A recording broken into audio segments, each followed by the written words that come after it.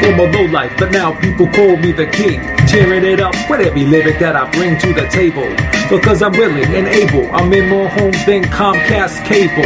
I got the skill that'll rattle your brain. I'm a threat like Saddam Hussein, everybody know my name. Joe Habib's a top soldier, kid they should have told you, you really need to pack a lunch.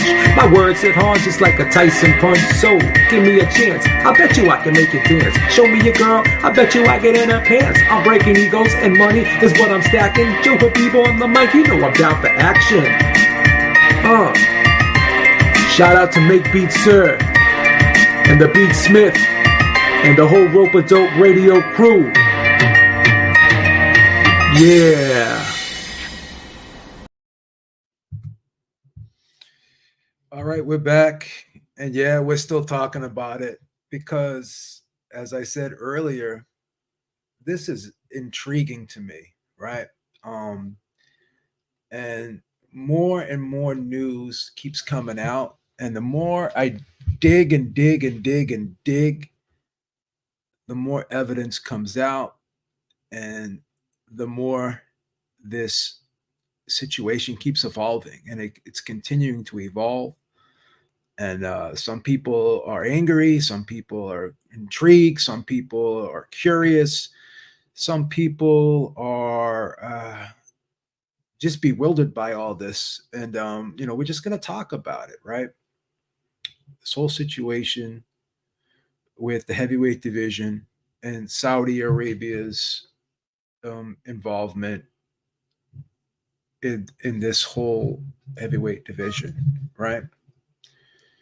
So people were excited when Saudi came into the picture in boxing. Everyone thought that, yeah,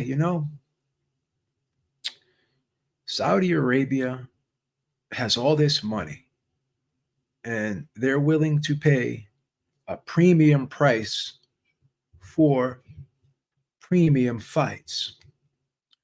And I think a lot of people, myself included, guilty. A lot of people, myself included, I think maybe misunderstood what the plan was, right? But now the plan has unfolded. And when they say premium fights, when they say premium price, right? They're talking about premium events. The goal here, and the goal always has been, whether people want to admit it or not, is they're looking to improve their image through sports washing. And they're willing to pay that premium price to do just that. We're here to improve our image throughout the course of the world, throughout the view of the world, right? That's what we're looking to do. And we're prepared to spend premium dollars, meaning over market value, to do so, right? So when you look at what they spent, right, on the Alexander Usyk, Anthony Joshua 2 fight, right? We'll do some screen sharing here. And I'll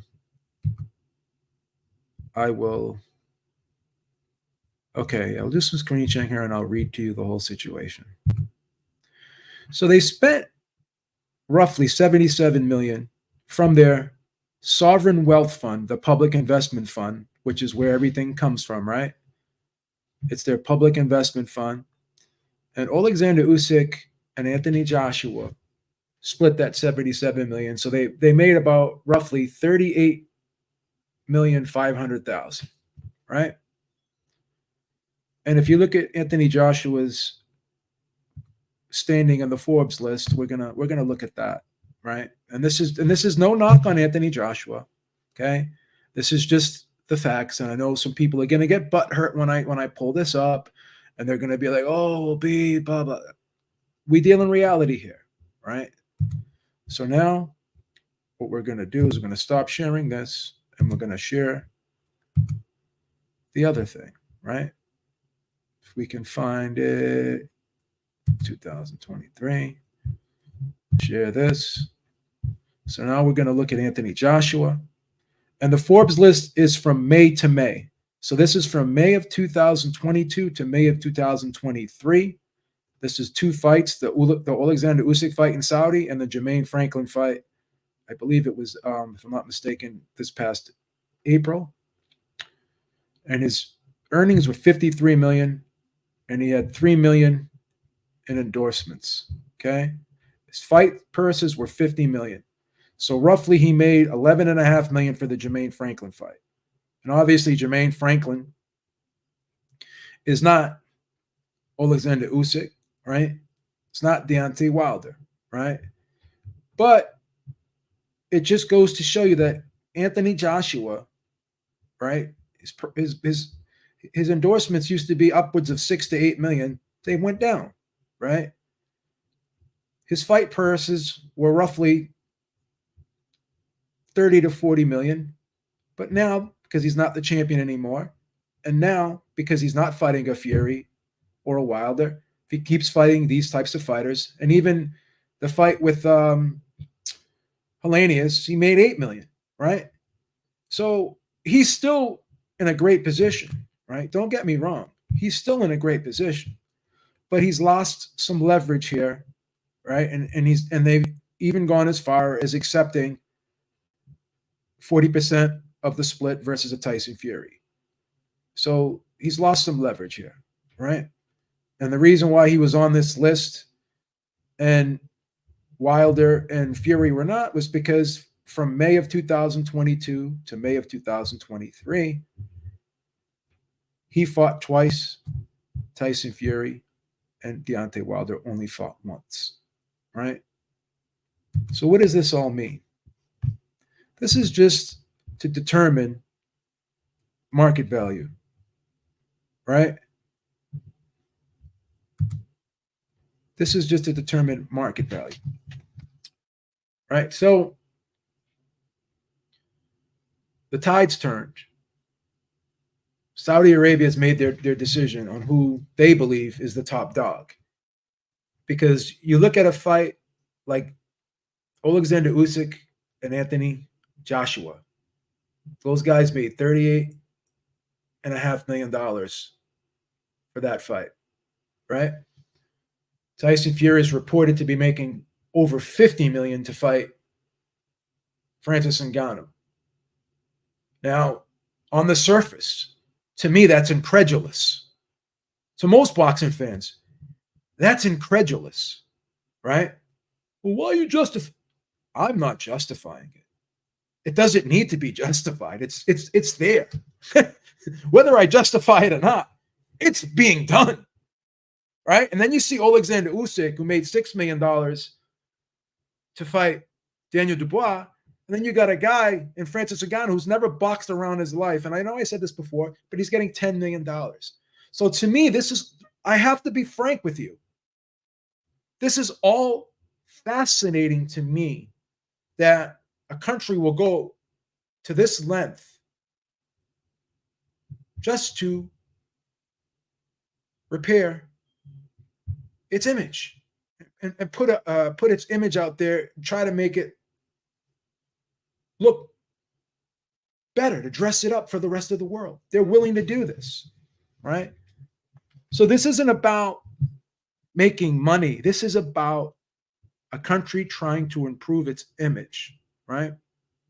So everything that goes on in that country has to go through. We're going to show you again, right? We're going to screen share. We're going to screen share it again. And we're going to explain to you how it's done there, right? So we're going to open up the Alexander Usyk Anthony Joshua screen once again.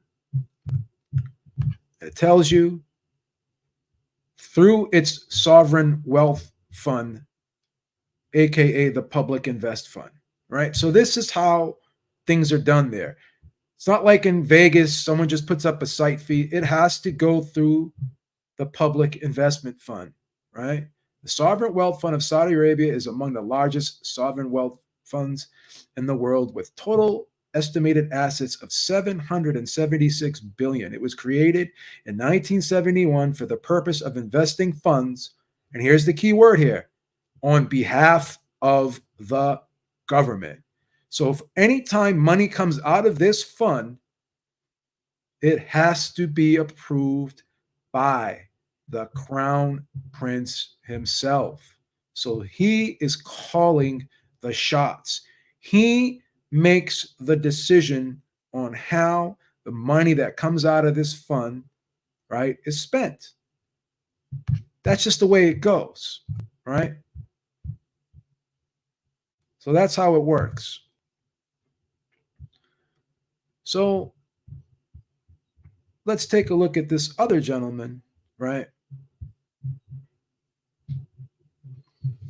Turkey al-Sheikh, right?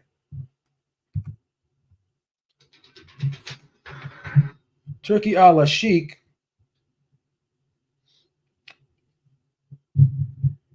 one second here. Apologize for the delay. So Turkey al-Sheikh, right? He's in charge of entertainment, right? He's a chairman in charge of entertainment, right? In Saudi Arabia. I had his let me see if I can pick. Yeah, okay. Here we're gonna pull him up. I apologize. I got so many windows open here. I apologize for the delay here, trying to get everything situated. I don't want to come off as being unorganized, but I just have so many windows open. So we're gonna explain what Turkey al-Sheikh does. All right. Open him up. So he is the minister and current chairman of the General Authority of Entertainment, right? So that's what falls under that, Beeb. Well, he's held positions in the Union of Arab Football Organization Associations, Department of Islamic Society of Sports Federation. He's been the chairman of the General Sports Authority, currently the Ministry of Sport in the Saudi Arabia. All right, so this guy works directly under the prince himself, the crown prince himself. He's the chairman of Authority for Entertainment. So anything whether involved in sports goes through him, right? The General Authority for Entertainment, GAE, is the government department. It's the government department in Saudi Arabia that regulates the entertainment industry. So anything entertainment related, this guy's the number one guy that you deal with, right? He's the number one guy that you deal with. So any sporting event, any entertainment event that gets done doesn't get done without going through him first. It's that simple, right? It's that simple. This ain't opinion, it's fact, right? So we're going to go back and we're going to play the interview with Turkey al-Sheikh that was done by IFL. Shout out to IFL. So we're going to take a look. See if we can pull that up.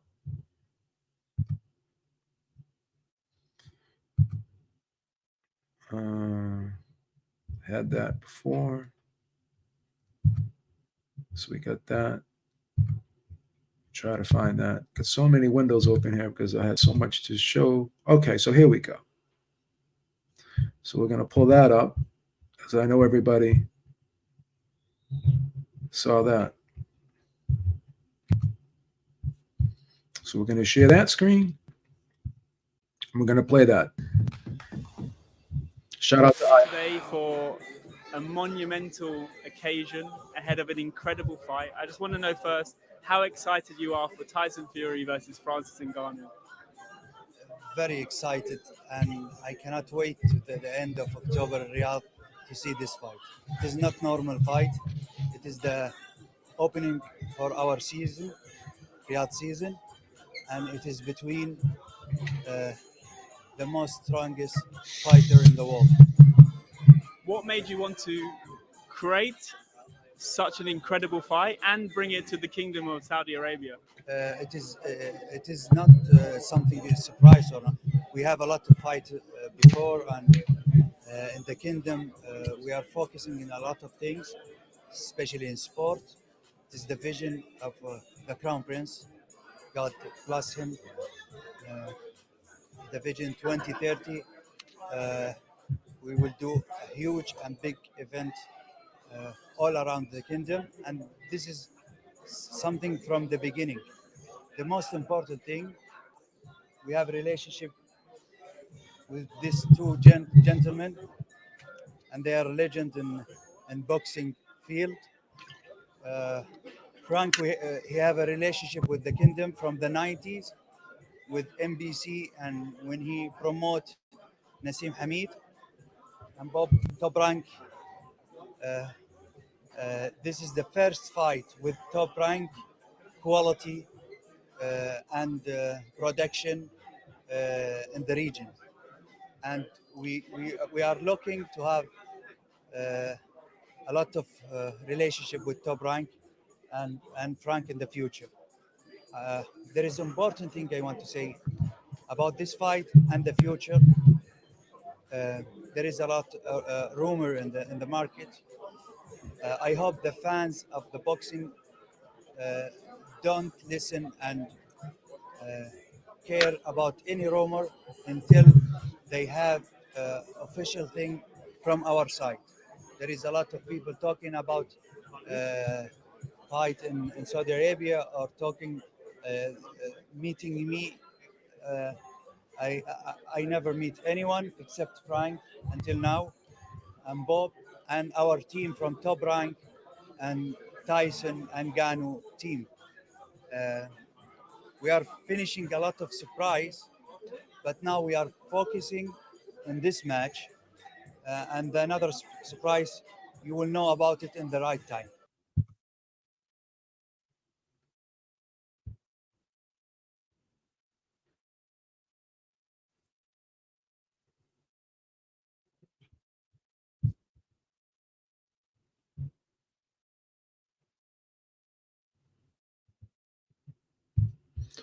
All right. So I still got that window open somewhere. So we'll get rid of that. All right. So we pretty much squared that away, and we know what's going on there, right? So I'm going to show you something else that is also very revealing for all the people that are saying that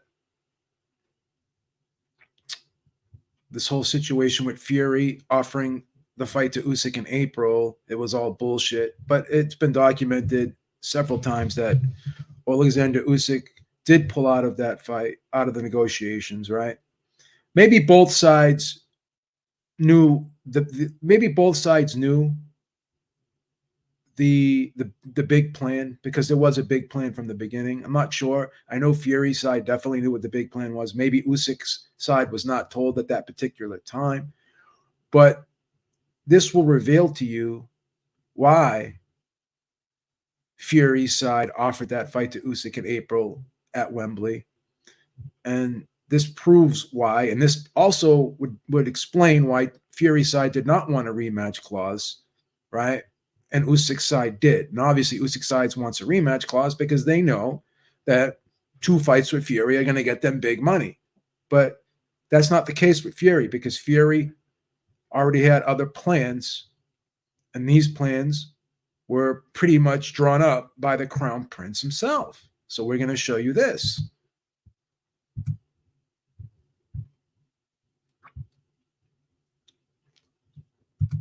All right. So we're going to read this. So this is a picture of Tyson Fury with the Crown Prince himself, right? And it says some absolutely groundbreaking news coming out of the kingdom of Saudi Arabia. Kingdom of Saudi. From when you say the kingdom of Saudi Arabia, That's the crown prince, right? Because he acts as the prime minister right now. He has his father, but he is in charge of the government right now. He's not only the crown prince, but he's also acting prime minister. So this is coming out of the kingdom itself, right? And game changing, right? Game changing. Frank Warren said the same thing. And Tyson Fury says, I want to personally thank the Crown Prince, His Royal Highness Mohammed bin Salman, and my father, Gypsy John Fury. And if you look at this, this was dated on February 26th, which was the day the Tommy Fury fight versus Jake Paul took place, right? This was way in the beginning of the year in February. So at this time, they already knew that this was not going to happen, right? In Saudi Arabia in April, right? They already knew. And then they already knew it more than likely was not going to happen in Saudi Arabia this year, right? And this was back in February 26th. This was even before they were talking about fighting Usyk in April. Now, you could argue maybe they did want to fight Usyk in April because they knew that they already had the Ngannou fight at the end of the year. So they could squeeze that one in at the end of the year. Fury did say he wanted to fight twice this year. That was his goal. But obviously he couldn't because the Usyk fight couldn't have got made. And we're not saying Usyk was wrong. Usyk did sign with Skills Challenge. And we're not saying that Skills Challenge and Prince Khalid, who is under the Crown Prince, he may have proposed that fight. And more than likely, seems like he did propose it, but the Crown Prince said, this is what we're going to do. And they changed plans, evidently, right? So that's the case, right? These are all facts, right? So now we're going to look at something else here because this has gone out there. And again, there's nothing wrong with this. We're going to look at this because this is very important, right? Saudi boxing, Amir Abdallah, who somehow managed to find his way and has joined us in this throng of people. Amir, good afternoon. Good afternoon. Good to speak to you. So many of us thought, okay, if Fury and Usyk are going to fight, it's definitely going to be in Saudi Arabia. And we all thought this is going to happen. And then it didn't happen. Can you enlighten us in any way regards that one? You know, that Fury Usyk snake, that head keeps popping up everywhere we go. To kind of go back before, because it might help explain the situation. You know, the talks from Fury Usyk were happening ever since last year. I took over and Prince Khalid assigned me as the head of boxing just a couple of months ago. So the talks had already started, and when I jumped in and I kind of saw what the landscape looked like, I said, "Listen, why don't you guys finish this fight?" Finish the negotiations, finish the agreements, finish the financials, because that seemed to be a sticking point, the dates. And then, moving forward, I'll take over, from there. Of course, I was involved with all the talks and whatnot.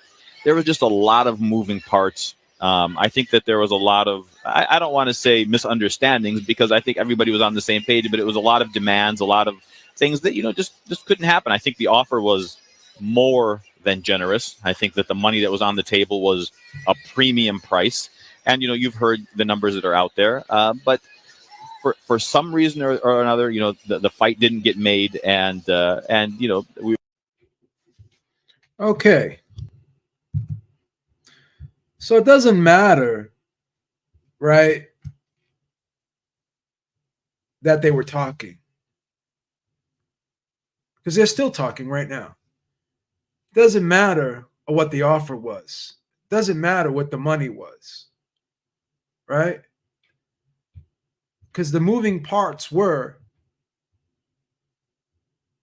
the Crown Prince and what he wanted done, right? This isn't what Prince Khalid wanted, right? And the dates kept changing. Why did the dates keep changing, right? Crown Prince. And that's not to say that they're taking this fight off the table, because there's more good news to report here.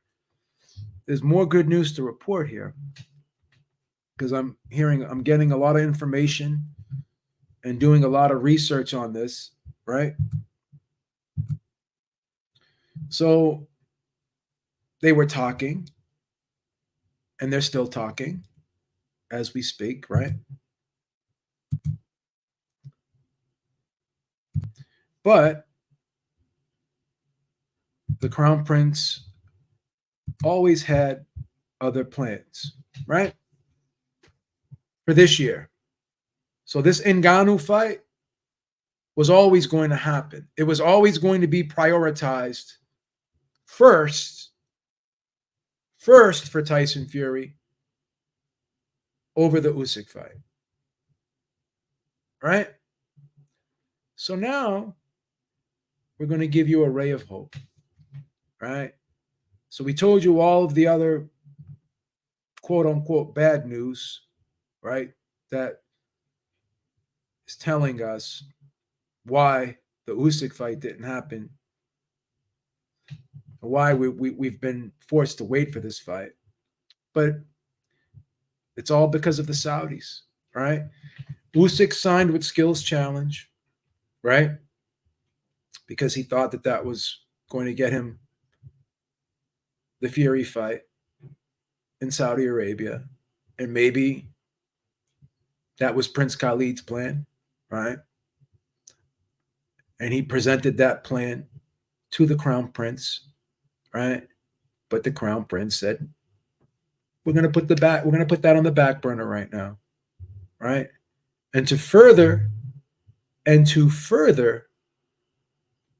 show that was the plan all along, right?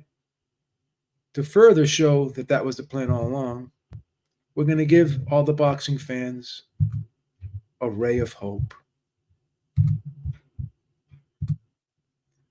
Turki Al Sheikh posing with Alexander Usyk himself, right? Chairman of entertainment in Saudi Arabia, like the number one guy, right? Directly under the Crown Prince himself, right? He's posing with a picture of Alexander Usyk, telling you that there's great things coming soon with the champion, and this is dated September 4th, 208 million views.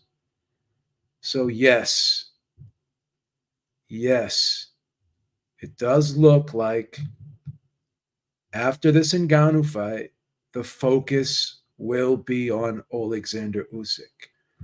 Well, Beep, Tyson Fury says he doesn't care about Undisputed. Tyson Fury says, he doesn't want to fight any of these guys. Tyson Fury says that he wants to fight John Jones next and Francis Ngannou next in a cage. Again, Tyson Fury says a lot of things, but at the end of the day, money talks, right? So if Tyson Fury is going to get a bigger purse than Anthony Joshua and Alexander Usyk got for fighting each other, fighting a guy who's never fought a round in his life, if he's going to get 50 to 60 million when they got 38 million each fighting each other, again, do the math. Just do the math. Anyone who was offered the deal that Tyson Fury was offered, any fighter, any human being on the planet would have taken that Ngannou fight. They would have done it, right? Why are you justifying it? It doesn't have to be justified. Some things don't have, that's just common. Common sense doesn't have to be justified. It's just basic logic, bro. Just basic logic. No fighter, every fighter that was asked about the fight said, if it was me, I would have done the same thing. Everybody. So it's good. Blame Fury, because all it does is make the Usyk fight bigger. You need a bad guy. Fights are always bigger when it's a good guy versus a bad guy. Usyk's going to be the Ukrainian hero, right? and Tyson Fury is going to be the heel. And he welcomes that role. He embraces that role. Right? Bob Arum came out himself. Said the Usyk fight. Let's look at Bob Arum. I should have had this open. I apologize. I said so. Bob Arum says Usyk is not. Watch this. So these guys, Bob and Frank, are talking to Turki Al Sheikh, right? And remember, here it is. This is Bob Arum, and I know we've been down this road again, but when you see Turki Al Sheikh saying that the only two people I'm dealing with is Bob and Frank right now, and then you see Usyk posing with Turki Al Sheikh, and when you see Turki Al Sheikh in that tweet, right, saying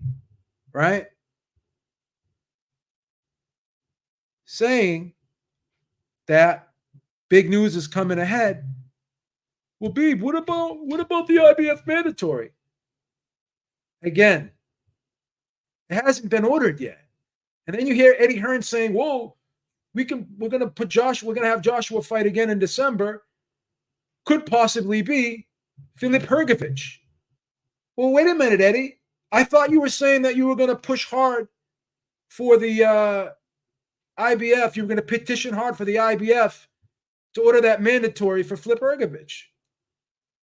Again, honestly, I don't think anything is stopping this fight from happening.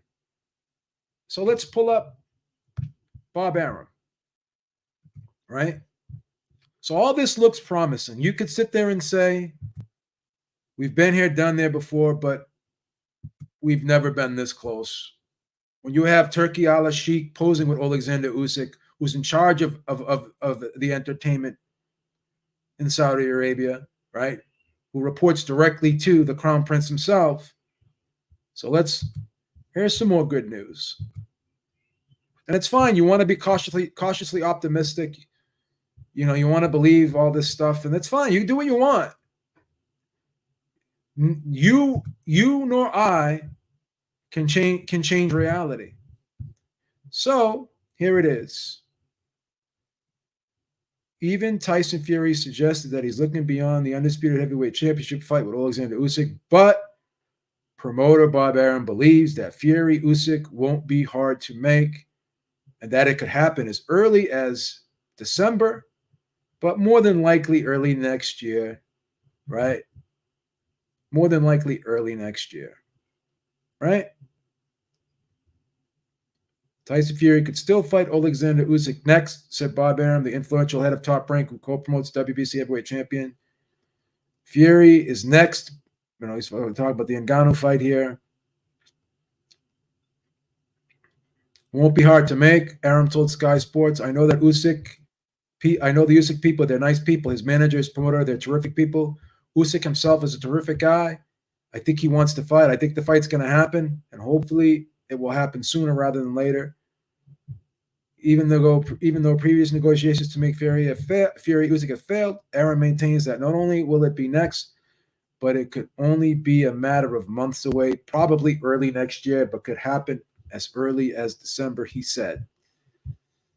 I know we've been down there before, but here's the thing, man.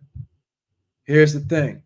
This is what makes me optimistic, strongly optimistic. Seeing this makes me strongly optimistic. So forget skills challenge. Usyk is standing. He's right there with Turki Al Sheikh. Right? They got Gareth Davis. It's heating up in the heavyweight division. Look at all these comments here. Look at this. When you want to talk about social media engagement, look at this. This was posted 12 days ago. It's got 2.8 million views already, bro. 2.8 million views already. Right?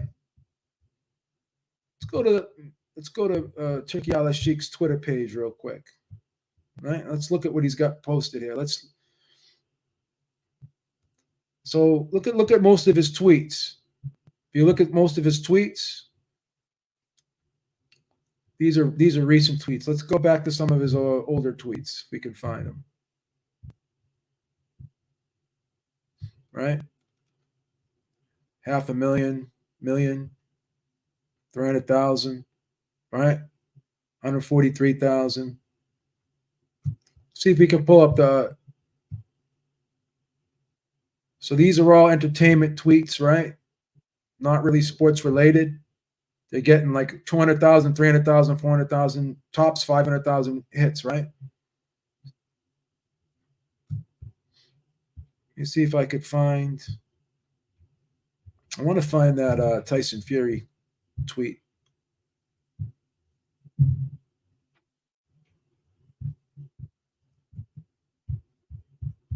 I want to try. This guy's got 6.3 million followers, right? Trying to find that Tyson Fury tweet. This guy is very active on social media. September 13th. Let me see if I can find that tweet.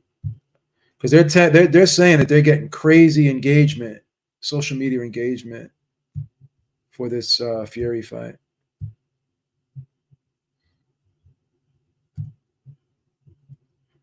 This is the Muhammad Ali tweet right here. See 200,000. September 10th. Okay. So here's it. Okay. So this is there's a Tyson Fury tweet right there.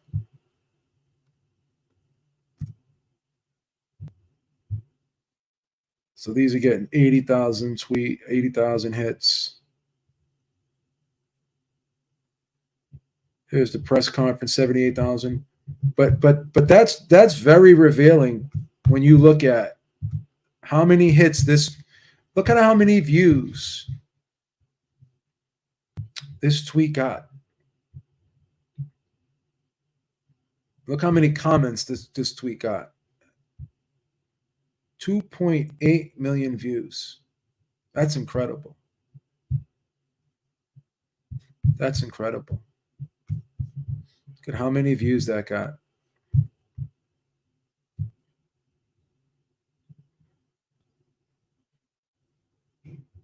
That's a lot.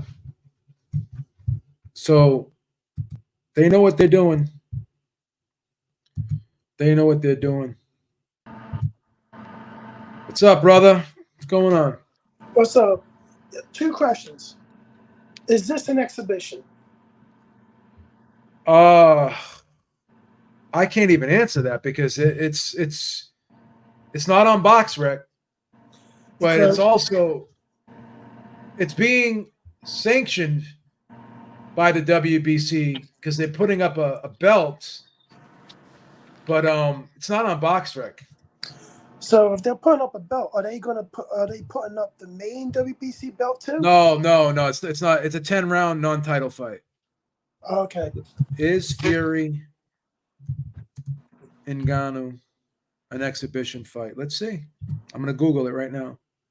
And okay, here what it says right here. So it says, as it turns out, Ngannou Fury will not be an exhibition match. See, I'm not a big fan of that. See, that's the one thing I don't like about it. Why we put it if he's not even ranked, he's making his pro debut and everything. Yeah, I don't like it. So I don't like that. But here's the one thing: is the WBC? Why is it taking the WBC so long to mandate Wilder versus Joshua? Because they're 1 and 2 in the rankings, and that's an opportunity to try to get the second biggest fight in heavyweight boxing to happen. Why is it hard? I think the WBC is waiting to see if Eddie Hearn can secure a lucrative date, and then they'll probably order it. I mean, how long has Wilder been champion when he was champion before? How many mandatories did he fight? Has Canelo fought a mandatory after he fought? I mean, this is just the common practice of the WBC. They're to me, out of all the sanctioning bodies, they're the biggest joke. They never order mandatories. They haven't ordered a mandatory for Charlo. They haven't ordered a mandatory for both Charlos, right? They haven't ordered a mandatory for Wilder, right? Fury only fought one mandatory versus White. How long's he had the belt? So the WBC is a joke. They've always been a joke, and this is why I don't take the sanctioning body serious anymore. And I think most people don't, because like people are telling me they're trying not like they're not Eddie's AJ side's not trying to have him fight Wilder because they don't think he beats Wilder now. Well, all I can do is give you my opinion, and all I can do is present what I think. I do think that after Joshua's last two fights, I think his team may be reconsidering the Wilder fight. I can't say that for sure. That's just my opinion. And also, I think Saudi looked at that as well. And they're saying to themselves, do we really want to invest in this guy, right?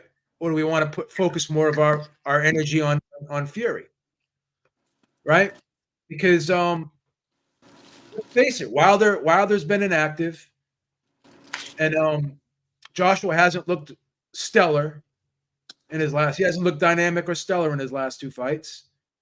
So now, like, is the fight really as big as we think it is? That's what you have to ask yourself. What's your opinion on the fight based on what you saw, right, off of Joshua's last two performances, and also the fact that Wilder's going to be off for so long? Does it make more sense for Wilder to get another fight in? Does it make more sense for Joshua to get another fight in? And then they just do it next year? I thought he looked horrible in both of his fights. Okay. But, people are going to, the AJ fans going to say, oh, Hellenius was on PEDs and everything. Doesn't matter. They're just doing, in my opinion, they're just trying to put that in there just to have some sympathy for AJ that it took so long to knock him out. And he was a bloody mess a little bit when fought Hellenius. To Wilder, easily barely getting touched by him and knocking him out in a round. But I think Wilder could probably use another fight to get himself back into the fold a little bit. Maybe somebody. I think the right move for Shelly Finkel is to try to get somebody in the top, outside and like barely in the top 10, outside the top 10. If you want to build bottom area of the top 10 is what you're thinking? Yeah. Okay. Because I don't see him mashing him up with like Horgachev or anything. Tell you the truth, I wouldn't be surprised if they try to offer Dillian White the fight. And I think I'll be honest with you, bro. This is my opinion. This whole thing of this is what they're going to do, because Hrgovic obviously is going to be upset. I'm about 95% sure that Fury Usyk is going to be next. And I think Hrgovic is going to be pacified by saying, okay, you'll get the winner of Fury versus Usyk, right? Or at the very least, if Fury decides he doesn't want to, like, we'll make you mandatory, right? And if Fury doesn't, and this is what I could see happening. We'll pacify you. We'll give you a big money fight against AJ, and we'll guarantee you the winner of the Fury Usyk fight. Then you say, well, Beaver, Fury's not going to fight him. Okay, so Fury will let the IBF strip him because he doesn't really give a fuck about Undisputed. He wants money, right? So then Hrgovic could fight for the vacant title. So then maybe Usyk and Hrgovic could fight for the vacant title. If Usyk loses to Fury. Or if Usyk wins, then he'll fight Hrgovic. See what I'm saying? So either way, Hrgovic will get a fight with Usyk if they set it up that way. So if you're Hrgovic's team, you know what you're saying to yourself? It makes more sense to take the AJ fight because it's a very winnable fight, number one. And AJ's team is looking at Hrgovic. He didn't look great his last two fights either, right? So AJ gets another stay busy fight against a very credible opponent in Hrgovic, but both sides are saying to themselves, it's a winnable fight, right? And Hrgovic, at the very least, can get 2 big money fights, right? He can get a big money fight against AJ, and he can get a big money fight against the probably Usyk afterwards. Because I don't think Fury would ever fight Hrgovic. I just don't think he'd get up for it. I don't think I don't think he would care about it, right? So I think Fury's going to beat Usyk. My opinion. I just think I think it's. Well, I don't think it's. I think he's going to beat Usyk too. I think it's going to be a closer fight than what people think it is. Yeah, see, you could be right, but I disagree with that. But you could be right. Just my opinion. I don't think it's going to be a competitive fight, but that's just me. But you could be right. I think that either way, if Fury says no, I'm not gonna fight you, then he'll vacate the IBF. I mean, he was stripped of the IBF before. I don't think Fury cares. I really honestly don't believe Fury does care about Undisputed. I don't think he cares about it. I think he just wants the biggest money fights possible. And I'm not even sure if Usyk cares about Undisputed. I think he wants the biggest money fights possible. I could be wrong. Maybe he does, maybe he doesn't. At the end of the day, all these guys are in their mid to late 30s. The finish line is close. They're nearing towards the end. They want to make money. That's what they want to do. And I don't begrudge any of them for wanting to make money. There's nothing wrong with that. Nothing wrong with that at all. So I think that AJ versus Hrgovic will probably be in December.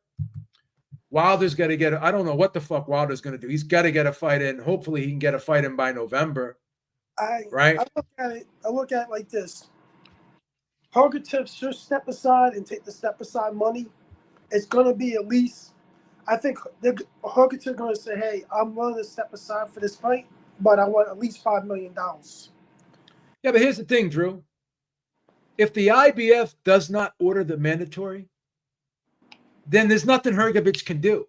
Because you know how these sanctioning bodies work. They could just keep ordering eliminator after eliminator after eliminator, right?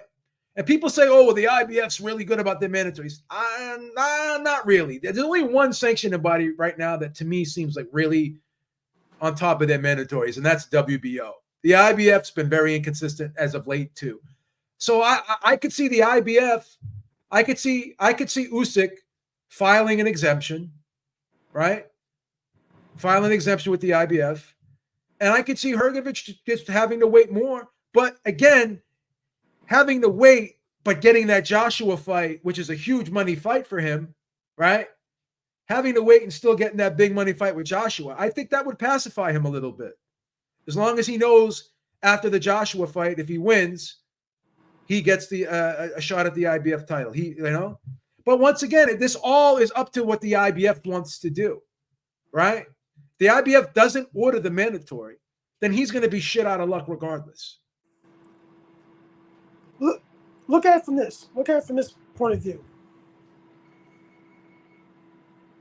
I doubt Eddie's going to want to make that fight with AJ and Hrgovic.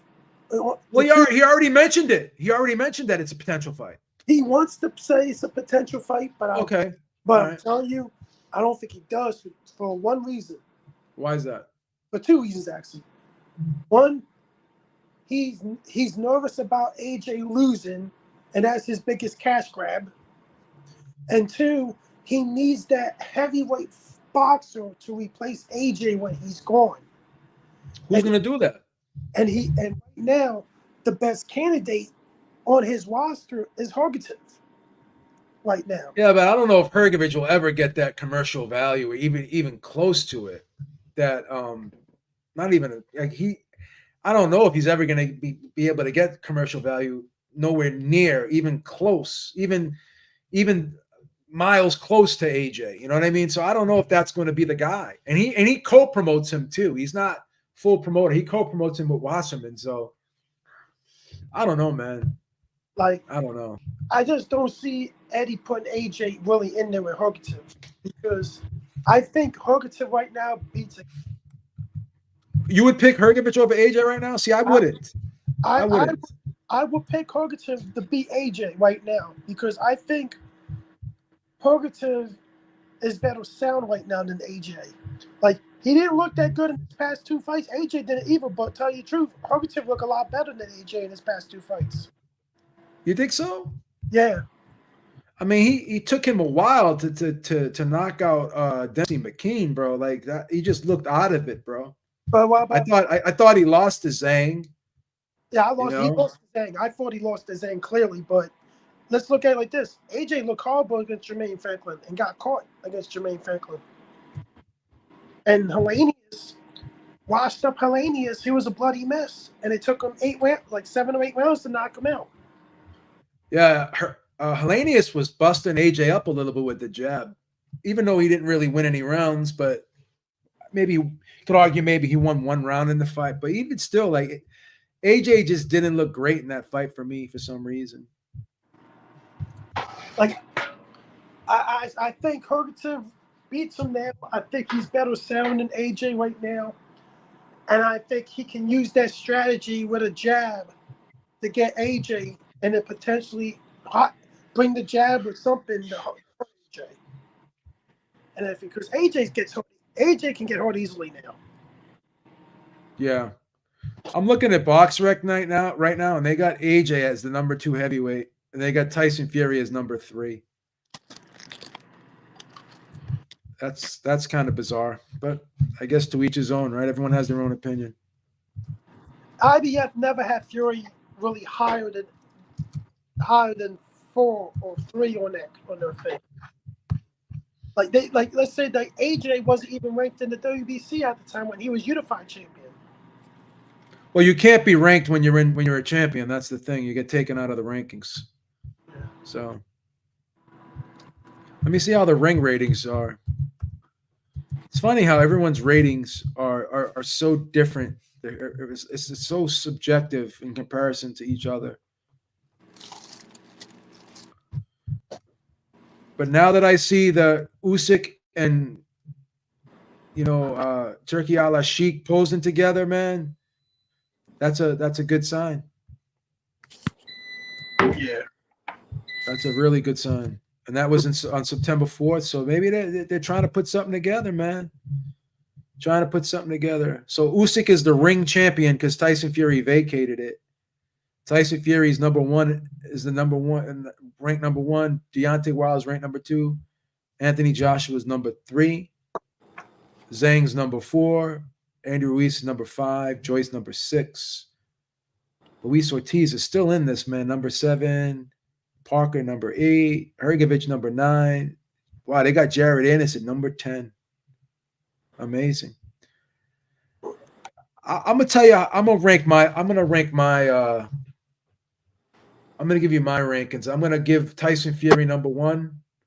I'm gonna give Usyk number 2. I'm gonna actually put. It's tough. Deontay Wilder and Joshua are tough, but I'll put Deontay Wilder at number 3. I'll put Joshua number 4, and number 5 is tough. I'll put Andy Ruiz number 5. I'll put Zhang number 6. I gotta disagree about number 5. I think Zhang's number 5. Oh, that's fair. That's fair. Because I don't Andy Ruiz, since the AJ fight, I think his best quality win is an Asian Luis Ortiz. Yeah. Well, the ring has got Zhang ahead of Andy Ruiz, so they agree with you. So I put Zhang 5. I put Joyce 6. I don't mind Luis Ortiz at 7. I'll put Filip Hrgovic at number 8. I'll put Joseph Parker number 9. And I don't know if I would put Jared Ennis at number 10 right now. Maybe I would. I'm not sure. Tell you the truth, I think they'll put him at 10 because he's an attractive, high rate potential name, and yeah, he's pretty hyped up, man. He's pretty hyped up.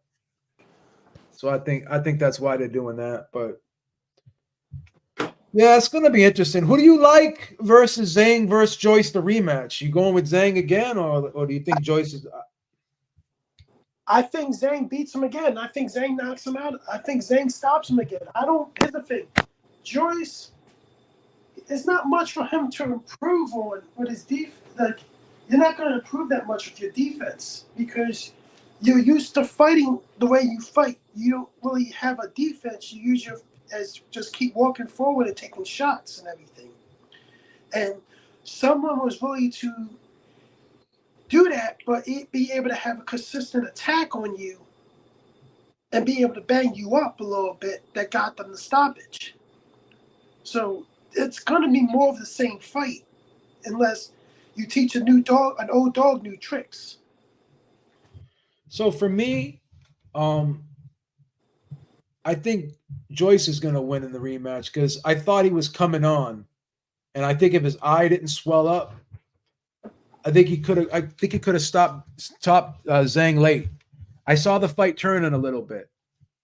You know, I saw the fight turning a little bit, but most people agree with you, man. But the odds are close, man.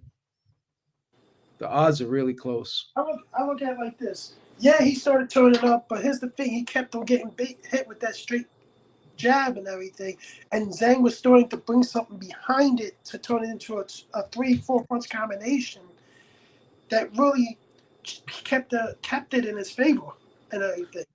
And I kind of think, and this sounds like a cop out, but I kind of think that Joyce may have took him a little bit lightly. I think he underestimated him a little bit.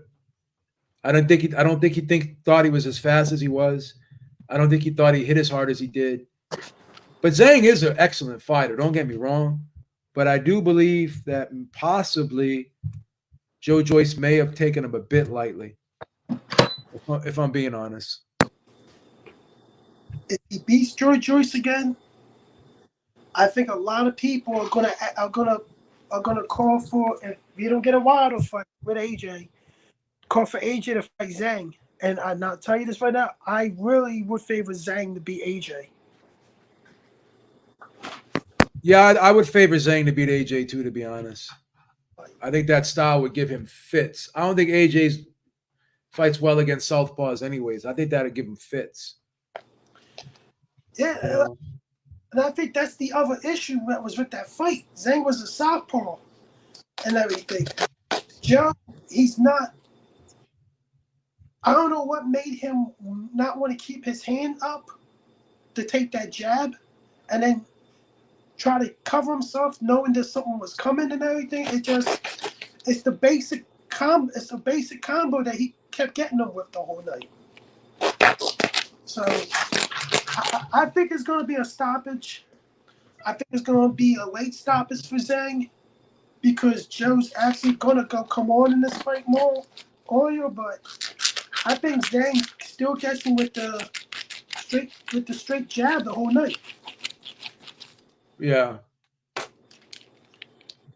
Yeah, I agree with you, man.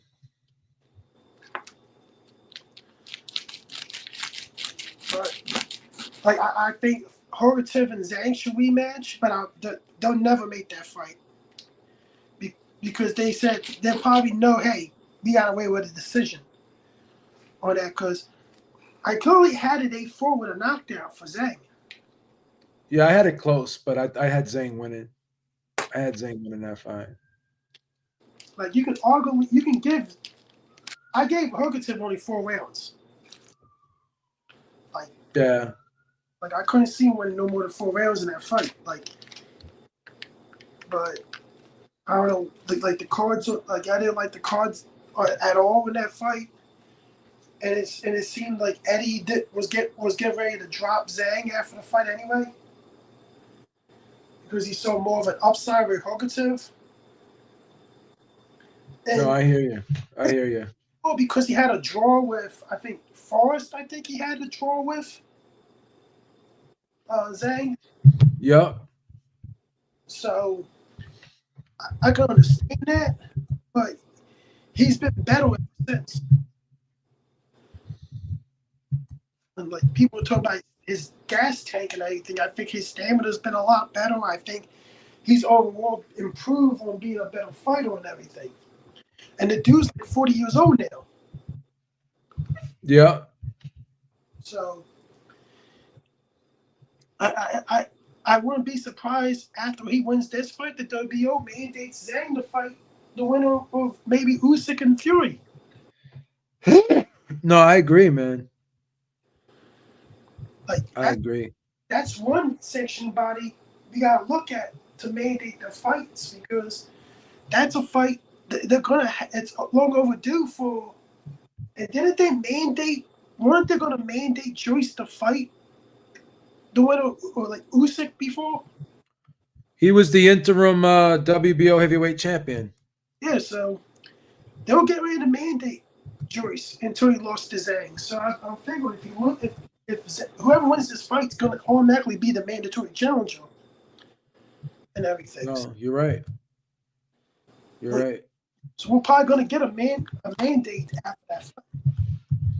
You're right. You're 100% right, man. Can't disagree with you. But like I don't like the Nagano fight, but financially it makes sense. I hate it, but there's nothing I can do about it, man. Yeah. There's nothing I can do about it. I gotta accept it. Financially, it makes the most sense. Clearly makes the most sense right now, but what do you? I mean, you know, I wish it was the Usyk fight. Yeah, but if you look at it, would you rather have the fight at Saudi Arabia or the fight at Rimini Stadium?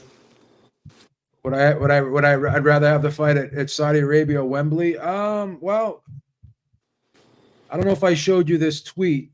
Did you see this tweet from Turki Al Sheikh, the guy who's in charge of the entertainment, the guy who's doing this fight with Let me show you this. Yeah, I might have seen it, but let me look at it again. So this pretty much tells you that they wanted to do the. This is the guy that's in charge of the entertainment in Saudi Arabia, and he's posing with Usyk. And this was back in September 4th, excuse me, about 12 days ago. It has 2.8 million views, and it says, "Great things coming soon with the champion." So this looks like this is a good sign, bro. Let me throw you a curveball. Any chance of this fight happening in Vegas? Fury versus Usyk? Yeah. Nah, zero. Even if it falls apart in Saudi Arabia? I don't think it's gonna fall apart in Saudi Arabia. I don't think it's gonna fall apart in Saudi Arabia. If I'm being honest, I don't see it falling apart in Saudi Arabia. Because that would probably be if I wanted to get on top of it, probably be a smart thing to have for in Allegiant Stadium. No, I think it's gonna be a Saudi fight. I think it's gonna end up being a Saudi fight.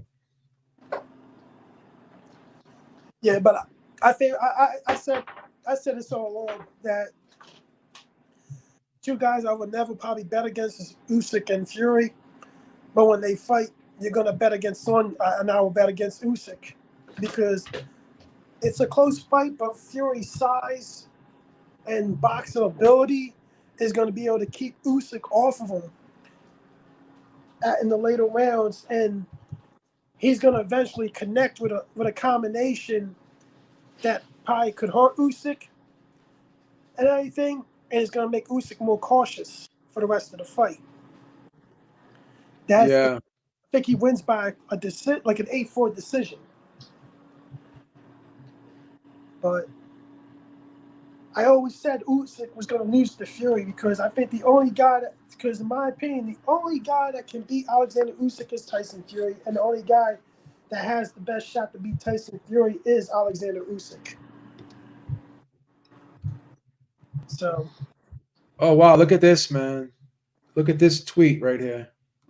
I read this wrong, so look at this. This is the tweet. Watch this. People are trying to say that this fight has no interest. Watch this. Watch this, brother. This is Turkey Al Sheikh tweeting out the press conference. And this guy's awesome. Thank you so much, Z388Z on X. I misspoke earlier because I read this wrong. So this man, Turkey Al Sheikh, who's in charge of the entertainment, right? Yeah. He tweets out the press. Look how many views this has. 16.7 million views. And you look at it in comparison to his other tweets. Like 16.7 million views for this fight right here. Wow. Wow. And we're supposed to believe that this fight doesn't have a. Did you see this, Drew? He tweets out this press conference poster, right? 16.7 million views. That's incredible, bro. That's incredible. The interest is there because Fury's fighting the former UFC heavyweight champion that's never lost his belt, and everything, that actually beat their top heavyweight at the time, Stephen Miocic, whatever his name is, the guy's going to fight John Jones. And look at this. Look at this right here, right? Look at this tweet right here. Let's share this one. This is crazy.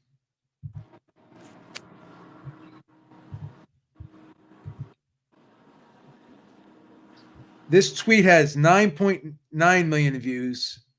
And I guess the press conference itself, let's look at the press conference. Look how many views. Let's look at how many views the press conference has. Press conference, 4.7 million people watched that press conference. That's in the live stream. Now I'm hearing Fury's making $50 million on this fight. Maybe more. Yeah, maybe more. And Joshua and Usyk made 38 million each to fight each other. So go figure. So look at the social media engagement on this. Wow, that's crazy. This thing's gonna be gigantic. I think if he fights Usyk next, I think after that fight he wins. I think he retires. After Fury beats Usyk, you think he retires? I think if Fury fights Usyk and beats him, I think he retires after that. Well, that's if AJ doesn't lose to. If AJ loses to Wilder, he may still. There's a slim possibility he still may fight AJ, but if I'm going to tell you, here's another thing I'm thinking about. Maybe Hearn is saying to himself, we don't want to fight Wilder next.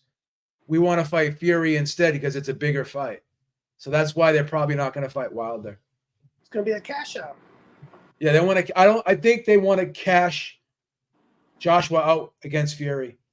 And then I said before, if he loses to Fury, you could still do the Wilder fight because then you can market it as two guys who lost to Fury, right?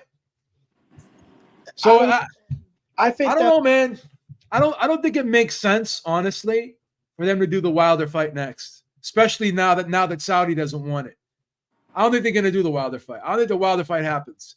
I think they're going to wait for Fury. I think that if Fury fights AJ, that's going to be in limited stadium. I don't think it's going to be in Saudi Arabia. You're right. I agree. You're right. I agree. I think it's going to be marketed as the biggest British boxing fight in history, and they're going to say who's the best, and they're going to try to market who's the best British heavyweight of all time and everything. Do everything they can. And I'm going to be honest, this is where you're going to see during the time where the wider people will think of the reasons with Fury and everything, why he's going to be Fury. You're going to be seeing the AJ people like that too, this fight and everything. AJ coalition, they're going to think about, oh, I'm going to get a voodoo doll. Oh, I'm going to, like, oh, he's gonna do this, oh, he's gonna do that. Netflix. I can hear the disdain in your voice, but I'm gonna say one thing. I can understand the disdain in your voice because these AJ fans have really gone hard against you, haven't they? Tell you the truth, I laugh and make fun of them every time I do it. And they go at you like crazy, man. They go at you with no mercy, man. I see them. They go, people think they like I'm you know I'm a huge Tyson Fury fan, but I always tell the truth. I mean, the guy he did fucking pull out of the rematch with Klitschko. That was not a good look. He did test positive for PEDs. That's not a good look. He walked away from the sport for 2 years and ballooned up to 400 pounds. Not a good look. Those things are all facts. But in spite of all of that, he became the biggest name in the heavyweight division. He's became must-see TV. That's not me saying it.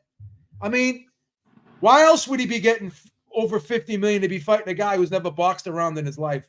Once again, I find it fascinating. Is it not fascinating that this fight is happening? Is it not fascinating that we're on social media and 5 million people watching the press conference? 9.9 million people retweeted it. I watched it. I mean, that's fascinating, is it not?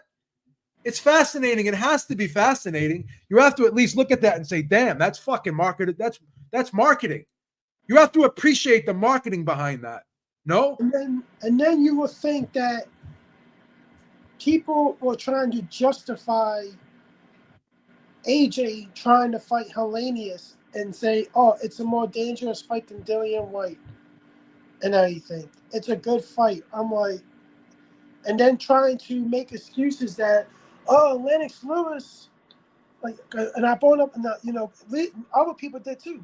Lennox Lewis fought Vitaly Klitschko on 12 days' notice when Vitaly Klitschko was ranked up number 3 in the WBC. And then they came up and tell me that, oh, Lennox Lewis was unified heavyweight champion at the time. I was like, isn't it more of a reason for you not to fight Vitaly Klitschko that's number 3 in the WBC rankings at that time? Like, what the hell? That statement, they make statements that don't even make sense. Why don't you want to fight a softer touch then instead of Here's what makes me laugh, Drew. Oh, look what AJ's done for UK boxing. Well, what about what Lennox Lewis did for UK boxing in the heavyweight division? This guy was involved in the highest grossing, biggest heavyweight fight in history. What about what he did? He actually came over to the United States and fought. And here's the thing. What about what Frank Bruno did? He went to the United States and fought and everything. Right. They're That's like, right. like these guys don't even they take what these two did and throw it to the side. And Lennox Lewis was undisputed heavyweight champion. Undisputed, the last guy to do it. Like, that's what I don't understand. You high up on AJ, but who's the more accomplished heavyweight? And people are going to compare him to Lennox Lewis. And then people are going to say, when AJ say, oh, Lennox Lewis is a clown. Oh, Lennox Lewis is a clown. Yeah, it's too. It's too. Because these people are so delusional. And you can watch some of the shows with these fanboys and fangirls on it being delusional and everything. And when they say, oh, the Tyson Fury Dexter fight flopped. Dillian White Tyson Fury's a flop. I was like, are you sure? You got any proof? Like, because I think the Dillian White Tyson Fury fight did pretty good in the UK and everything.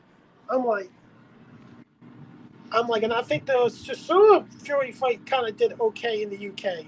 I'm like, what's your point? Yeah.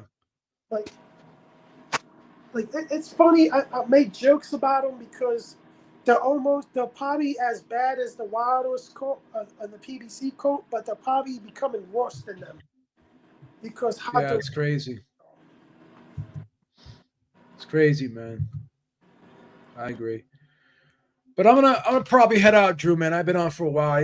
Ain't too much more to say, but this fight's bigger than I thought it was gonna be, man. If if the social media activity is a reflection on pay-per-view buys, then this fight may be a blockbuster. Whether I like it or not, whether I'm going to buy it or not, I'm not going to buy it, but it doesn't matter if I buy it. A lot of other people are going to buy it. I'm not really interested in it. For me, this whole crossover fight has lost its appeal, but for whatever reason, there is an audience for it, with or without me, man. So it is what it is. I'm gonna throw you a curveball, another one. If this fight does almost 1 million, you're gonna see the AJ Fury fight next, and it's gonna probably be in December or January. You think so? Yeah. All right. Fair enough. All right, Drew. I'll talk to you, man. Everyone, peace out. I'll catch up with y'all later, man. Be good.